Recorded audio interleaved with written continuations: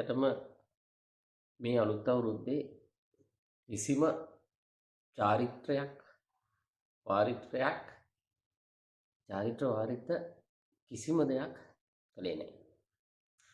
කල්පනා කරලා බලන්න ගිය අවුරුද්දේ ඉඳලා අද වෙනකම්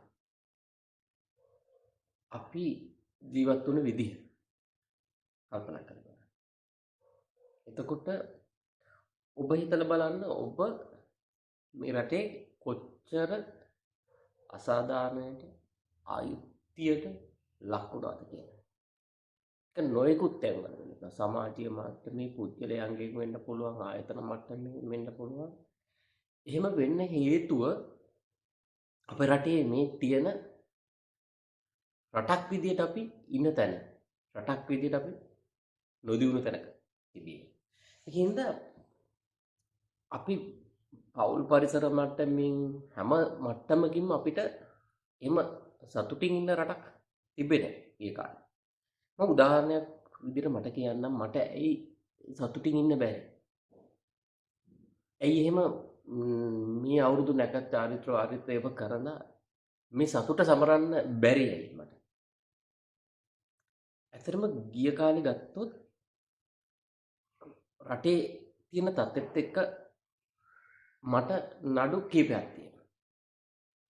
ඔබ හිතන්නකෝ ඔබට මට වෙච්ච දේවල් වෙලා තියෙනවා කියලා. ඔබ හිතන්න ඔබට පොලිසියෙන් ඔබව අල්ලලා ඔබට දෙනවා අරක්කු බීලා කියලා බැලුන් එකක් පුම්බන්න. ඒකට අහුවෙන්නේ නැහැ බීලා කියලා. ඔහු ඒක එළියට අරන් ගිහිල්ලා ඒකට අරක්කු බින්දුවක් දාලා ගෙනල්ලා ඔබට පිමින්න කියලා ඔබට උසාවි නඩුවක් දානවා.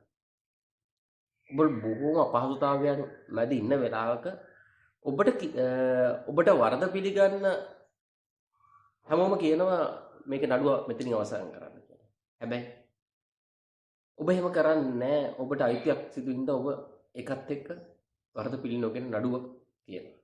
ඔබ පස් වතාවකට වැඩිය ඒ නඩුවට ගිහිල්ලා තියෙන ඔබේ කාලය ධනය කැප කරගෙන. ඒතකොට දවස් 5ක් ඔබ කොළඹ වැඩ කරනවා නම් කොළඹ ඉඳලා මාතර වගේ ප්‍රදේශයකට එනවා නම් ඔබ කීයක් වේදම් කරන්න සිද්ධ වෙනවද? ඔබට වරද පිළිගත්ත නම් එදා වරදක් නොකර හරි ඔබට එතනින් ඒක නිදහස් වෙන්න තිබ්බ 25000ක් දී.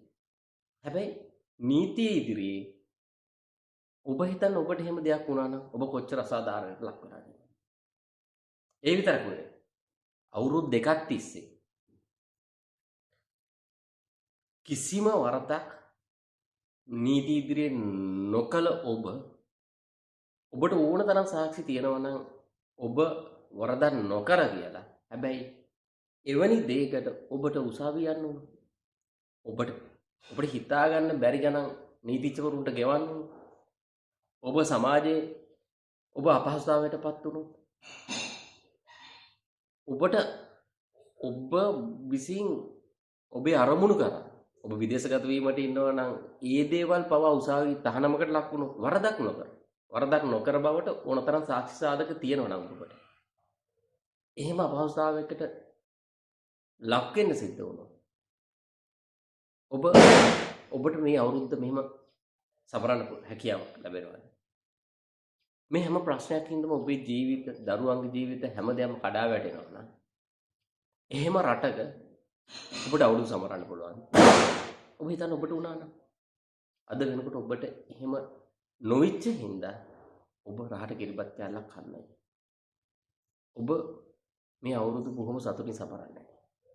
හැබැයි මේ රටේ නීතිය ඉදිරියේ මේ රටේ මේ හැම තැනකම එහෙම අසාධාරණට අයිතියට ලක් වෙන මිනිස්සු අප්‍රමාණයි.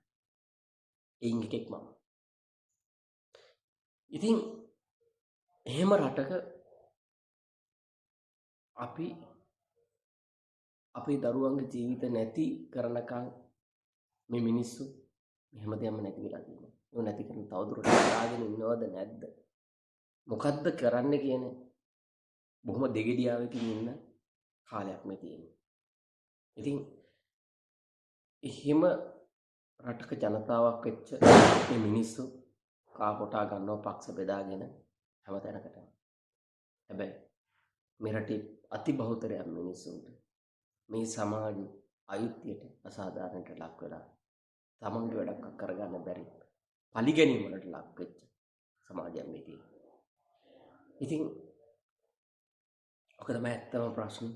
ඒකෙන්ද මට වුණු දේ තව කෙනෙකුට නොවෙන්න වැඩ කරන්නයි මෙතෙක් කාලයක් ඕනලා තිබ්බේ. ඇත්තටම ඒත් නෑ. කලකිරීමට පත් වෙලා තියෙන්නේ. මිනිස්සුන්ට Tamanට වෙනකන් හැමදේම ගානක් නෑ. මොකද මේ රටේ නීතිය හැමදේම පවතින්නේ නීතිය ආරක්ෂා කරන ආයතන, නීතිය රකින්න ඕන ආයතන. ඒ ආයතනය වල ක්‍රියාත්මක වෙන්නේ වරදක් වෙච්ච මිනිහෙක් වරදකට අහු කිරීම නෙවෙයි. කොහොම හරි කමක් නැහැ. මිනිහෙක් වැරදිකාරයෙක් බවට පත් කිරීමේ අරමුණින් කටයුතු කිරීම. මේ මිනිහගෙන් ඇත්තටම වරදක් වෙලා තියෙනවා නම් ඕන මිනිහෙකුට නීති ඉදිරියේ දඬුවම් දුන්නට කමක් නැහැ. හැබැයි මේ ආයතන ක්‍රියාත්මක වෙන්නේ කොහොම හරි කමක් නැහැ. මේ මිනිස්සු වැරදිකාරයන් බවට පත් කිරීම. සාක්ෂි එකතු කරන්නේ ඒකට.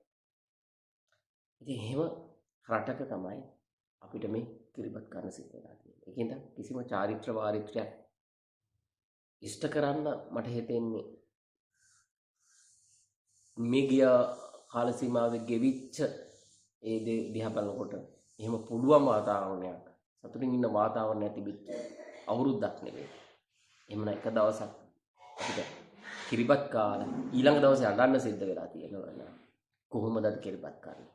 ඒකෙන්ද ඇත්තටම මට තියෙන මට මුහුණ දෙන්න වෙච්ච සිදුවුණු ප්‍රශ්න මම දන්නේ. ඒකෙන්ද ඔබටත් එහෙම වුණු දවසට ඔබට තේරෙයි ඔබ කොහොමද කටයුතු කරාවිද කියලා. ඔබ කොහොම අසරණ වෙයිද කියලා. ඒකෙන්ද සමාජයක් විදියට අපි මේව ගැන හිතලා කටයුතු කරන්න ඕන සමාජයක. නමුත් අපි නොහිතලා කටයුතු කරන මේ සමාජයම අද මේ වගේ අපහසුතාවයකට පත් වෙලා තියෙනවා. විවිධ අපහසුතාවයන් ඔබත් විඳිනවා ඇති. මම මගේ මට්ටමේ නොවනට ඔබත් විවිධ අපහසුතාවයන් විඳිනවා ඇති. ඉතින් ඒ ඔබ අප කරගත්තු උපයාගත්තු දේවල්මයි. මොකද අපි හරි දේ වෙනුවෙන් පෙනී නොසිටින. මොකද මම තනියෙන් පෙනී හිටිය කියලා වැඩක් නැහැ. ලෝකේ සත්‍ය ජය ගන්න නැහැ. හැමදාම කියනවා වගේ. ලෝකේ බලයයි ජය ගන්න. එහෙනම් සත්‍ය බලය කරන්න ඕන. සත්‍යයට ඇති පිරිස වැඩි කරන්න ඕන. ඒකින්ද එහෙම රටක් ඇති වේවා කියලා ප්‍රාර්ථනා කරනවා නූතන අවුරුද්ද. ඉතින් බොහොම කනගාටුදායක අවුරුද්දක් තමයි ගෙවුනේ. අනාගත ඊළඟ අවුරුද්දත් එසේ නොවේවා කියලා ප්‍රාර්ථනා කරන්න පමණයි පුළුවන් වෙන්නේ. බැහැරව එහා ඇත්තටම කිසි කෙනෙකුට සුබ පතන්න පුළුවන් අවුරුද්දක් නෙවෙයි. මොකද සුබ පතන්න පුළුවන්. නමුත් යථාර්ථය තුළ සුබ පැතීම නෙවෙයි කරන්න ඕන. මෙන්න මේ දේවල් නිවැරදි කරන්න පුළුවන් ඔබ තුළ ඇති වෙන්න ඕන සංකල්පමීය වෙනසක්. ඒ හැඟීම් වල මේ වෙනස ඇති කරගන්න නැතුව කවදාවත් අපිට සතුටින් කිරිබත් කෑල්ලක් කන්න වෙන්නේ නැහැ. ඉතින් හොඳ රටක් උදා කරගන්න ඔබටත් හිත්පාල වේවයි කියලා ප්‍රාර්ථනා කරනවා. මොනියද